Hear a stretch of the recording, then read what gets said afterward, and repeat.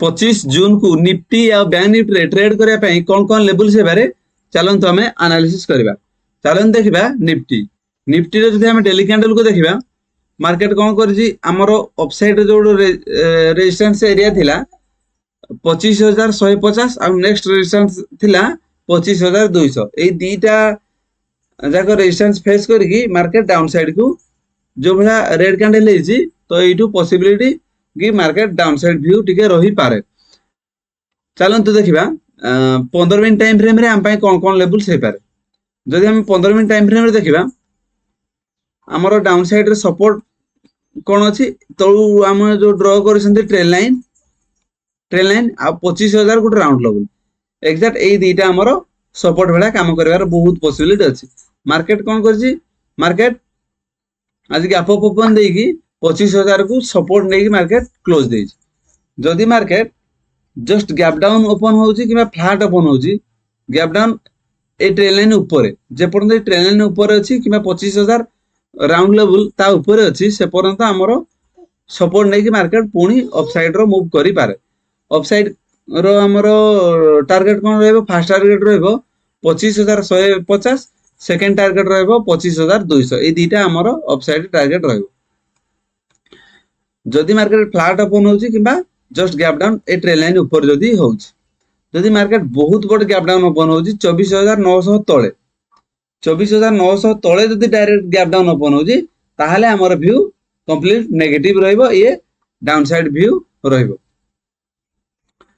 जदि market flat open होउची किबा बहुत बड़ मार्केट जदि गैप अप ओपन हे जाउची कोठी ना 25,200 रु 250 25,200 रु 250 एई रे जदि डायरेक्ट गैप अप ओपन हे जाउची ताहाले हमर व्यू पॉजिटिव साइन ही रहइबो। चलन देखिबा बैंक निफ्टी रो जदि हम डेली कैंडल को देखिबा मार्केट सेलिंग आस्तेला कोठू ना 57,000 गुट राउंड लेवल रु सेलिंग आसी मार्केट पुनी सेई पाखा पाखी जाई पुनी जो बडा रेड कैंडल हेजी तो एठू डाउन साइड आसीबार पॉसिबिलिटी रहउची। जदि मार्केट एठू बहुत बड़ गैप डाउन पाखा पाखी 400-500 point gap down direct open होची ताहले हमर व्यू कंप्लीट नेगेटिव रहइबो। जदि गैप अप ओपन हो जाउची किबा जस्ट फ्लैट भी ओपन होची तो दीटा केस रे हमर छोटो पॉइंट पई अपसाइड टिके व्यू रहइबो। चलन देखिबा 15 मिनट टाइम फ्रेम रे हम पई कोन कोन लेवल से पारे।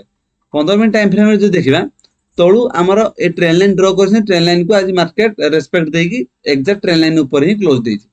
जदि मार्केट 50 रु 100 पॉइंट बेला गैप अप किबा जस्ट फ्लैट भी ओपन होछि ए ट्रेन लाइन ऊपर ताहले मार्केट यारी भीतर घुरी बुलिबो ए ट्रेन लाइन को सपोर्ट बेला काम करबो 57,000 गुट राउंड लेवल ताकू रेजिस्टेंस बेला सेडा रेजिस्टेंस बेला काम करबो। मार्केट यारी भीतर सपोर्ट रेजिस्टेंस होगी छोट छोट पॉइंट भीतर मार्केट घुरी बुलिबो।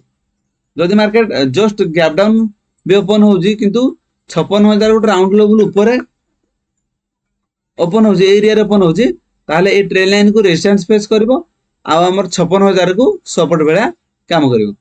जदि मार्केट बहुत बड़ गैप डाउन ओपन हे जाउची जोटा कि 56,000 तळे ए एरिया रे डायरेक्ट ओपन हे जाउची पाखा पाखी 400 पॉइंट डायरेक्ट गैप डाउन ए एरिया रे 56,000 तळे जदि गैप डाउन ओपन होउची ताहले हमर व्यू नेगेटिव रहइबो मार्केट डाउन साइड ही जीवो।